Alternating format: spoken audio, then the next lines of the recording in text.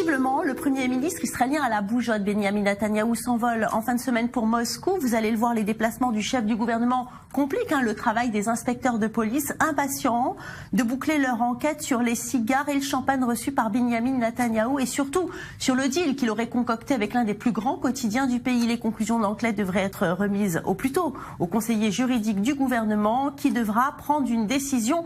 Mais ce matin, tous les médias israéliens soulignent qu'hier, l'interrogatoire du Premier ministre a été interrompu par un coup de fil.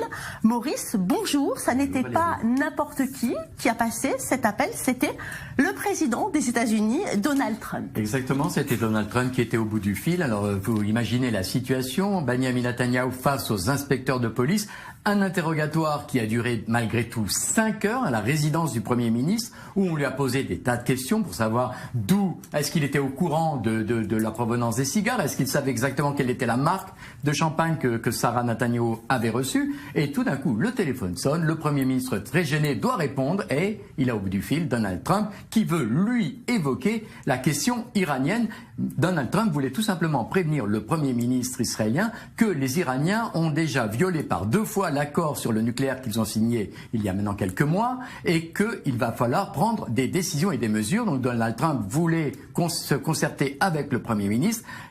Benyamin Netanyahou a demandé l'autorisation aux inspecteurs de cesser l'interrogatoire, ce qui a été fait pendant une demi-heure. Et maintenant, regardez les titres de la presse israélienne. Conséquence, Israël Hayom titre, Trump téléphone à Bibi en plein interrogatoire. En tous les cas, Trump et Netanyahou partagent le même point de vue sur ce dossier iranien. C'est pas le cas de la Russie.